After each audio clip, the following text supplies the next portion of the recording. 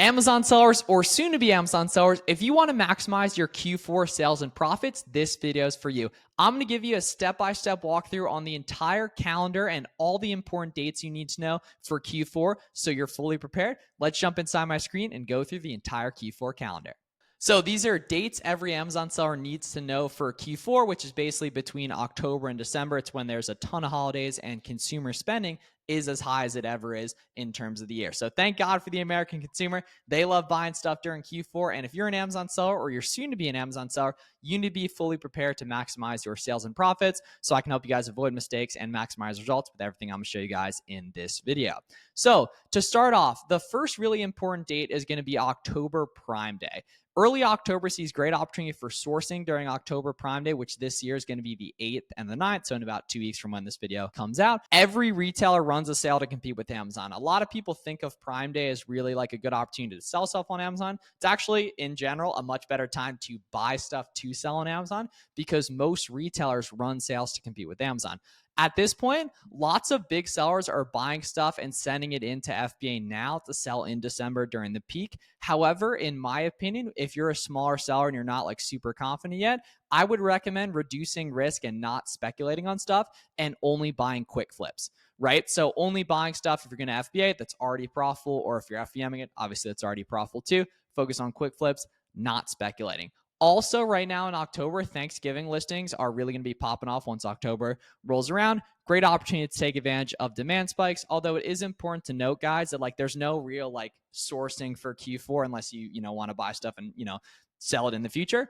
If you're just focused on quick flips, just focus on whatever you can find profitably specifically right there. Next important date, guys, is going to be Halloween. This is going to be like a whole week of Halloween. There's going to be a ton of good online arbitrage sales going on. Great opportunity to source inventory. Once again, ideally focusing on quick flips. However, if you're an experienced seller and you can see, read Keepa charts really well and know how to tell how exclusive or not exclusive a deal is, it's also a good time to buy inventory to sell in December as well if you have good expertise with that kind of stuff. Really just still business as usual, though, continuing to send in Boxum 2D barcode shipments or quick flips for listings that you can see other sellers FBMing on. It's important to note, guys, here, demand has yet to spike for most items, but it's totally starting to.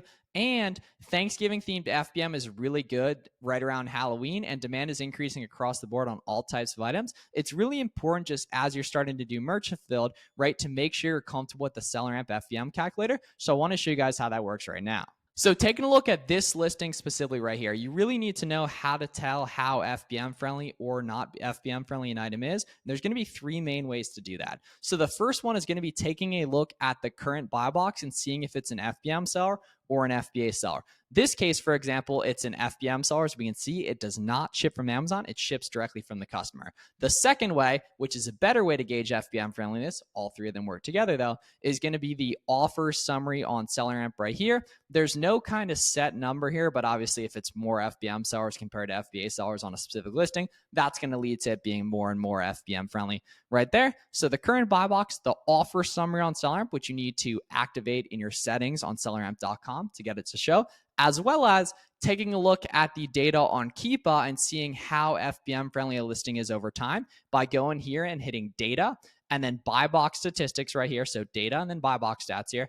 And then taking a look here and seeing how much of the sellers are FBM that are getting the buy box and at what amount, right? So we can see 30% of the buy box is going to this seller over the past 30 days. It's FBM. Same thing with this listing, 10%, this listing 4%, right? And there's no set kind of amount, but we can obviously see in this case, this listing's trending in the right direction. Offer count's going down, price is going up, and we can see that there's an overwhelming amount of FBM sellers on this specific listing. So it obviously makes a lot of sense to test. However, where a lot of beginners go wrong is they don't actually run the FBM numbers in Seller Amp correctly. They just take a look here, say we could pay $6 for this. They think to get the FBM numbers, we would subtract the shipping right here. That is absolutely not true.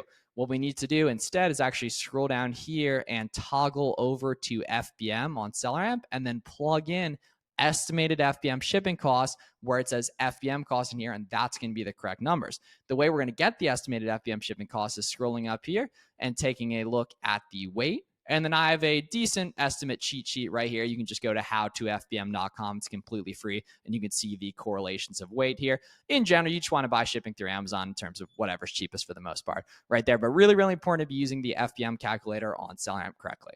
If you guys want my personalized one-on-one help scaling up your Amazon business all through Q4, now's the perfect time to apply for my coaching program. Take a look at the link in the description if you want personalized one-on-one help, unparalleled one-on-one daily access to me, all my coupons, tips, tricks, and strategies. I'll check your leads for you. We'll source together one-on-one on Zoom. 3 group coaching calls a week. I'll leave a link down below in the description for my coaching program if you're interested. Take a look at that. Back to the video. Early November is going to bring on early Black Friday sales. From my experience, that tends to be around like November 3rd to the 15th, depending on site. These are incredibly good sourcing opportunities. It's really like the most underrated sourcing time the entire year, especially for listings that are already FBM friendly to start getting in a rhythm early before peak demand on merch field orders. And it's really important to note, guys, just make sure to be stacking on all the discounted gift cards, coupon codes, and rewards to make items more and more profitable right there. Subscribe and save bulk discounts. Tax exempt is a really good idea too. And it's time to just start building out your FBM inventory specifically on listings you can see other people selling FBM on. And that's true right now or literally whenever you can see people selling FBM on a listing, but especially this time of year. Mid-November and really early November in some cases when you're going to start transitioning over to FBM primarily. By this point, it's really getting started to be FBM season, and a lot of, unfortunately, the FBA warehouses are starting to get back up. It can even happen earlier depending on where you're ascending to. Everything's subjective and based on just your specific data. Some people will send in FBA shipments late into November that are shipping to warehouse that are checking in super quick, for example, right? But in general, at this point, it's time to start transitioning over to merch field from my experience, right? And it makes sense to conserve capital in like mid-November if your favorite deals and items aren't yet on sale, right? In a way that we pretty much know everything will be during Black Friday, Cyber Monday. It's important to be using the SellerAmp Google Sheets though to organize your leads in advance. That's really helpful whenever you see an item that like is close to being good, but it's not quite there. You need it a little bit cheaper, or it sold for more last month, but currently the price is a little bit tanked, but it looks like it's going to come back up soon. The SellerAmp Google Sheets and Keep a tracking alerts are really important for that. I just posted a video, all things replen sourcing for online arbitrage. It's really helpful to be using that stuff too. Late November is when Black Friday sales really begin. In general, from my experience, that tends to primarily be the Sunday before Thanksgiving. Black Friday sales kick off, and then more and more start day by day until we hit Thanksgiving and Black Friday specifically. This is a really underrated 5-day window to get in super cheap Black Friday inventory in stock for when Black Friday actually happens between Sunday and Friday. Right? So same goes for retail arbitrage, just hitting up your local stores and seeing if they have any Black Friday deals going on early, getting that stock listed merch filled as quick as possible. And then you can literally be placing restock orders for listings that have already done well from Black Friday sales on Black Friday on Cyber Monday.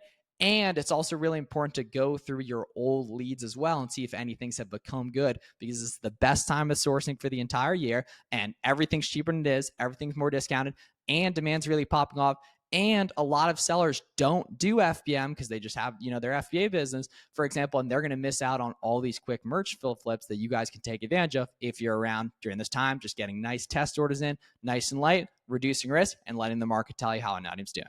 So once Black Friday sales are already here, it's important to note that early Black Friday deals in the start of November and then the Sunday before Black Friday, when like the main Black Friday deals start, are when deals really start to fly. But Black Friday is when demand really starts to skyrocket, right? Now it's time to test as many listings as possible in small quantities and get them listed merch filled ASAP, as long as you can see other people merch filling those listings. And just make sure you have FBM supplies ready to roll, which are typically going to be, in general, just standardize it, gray 9x12 and 12x15 poly mailers from Amazon, and 15x12x10 or 12x10x8 box range from Walmart or Uline specifically.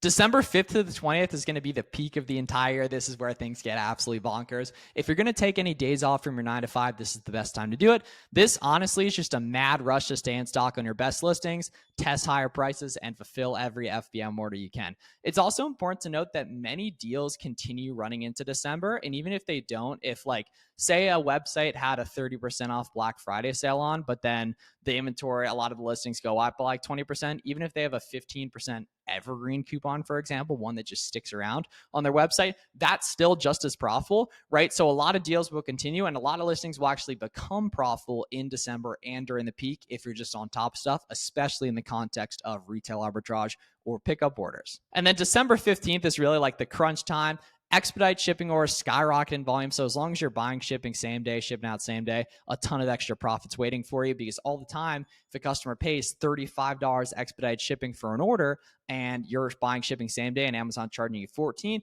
you just made an extra 21 bucks. Another nice thing about FBM is oftentimes you'll get multiple unit orders, which are really great as well. It's also just a great time to test higher prices to see if you can retain buy box share higher as well. And a lot of random items pop off, so make sure to be consistently storefront stocking it too. And if this is your first Q4, really treat it as a learning experience. And then late December is really going to be gift card season. It's important to note, guys, every listing is unique. Some items will fade from being good December 15th, some January 5th. It really just depends. Let the market tell you when to transition back to FBA. There are lots of items that will literally continue to be good even after like peak Q4, for example, into like January, for example. It's important to note, guys, when a listing dries up FBM, that's when you just want to toss it into FBA using box and 2D barcodes to get that thing moving quick. And also just some important tips in general, just holistically, really for any dates during Q4.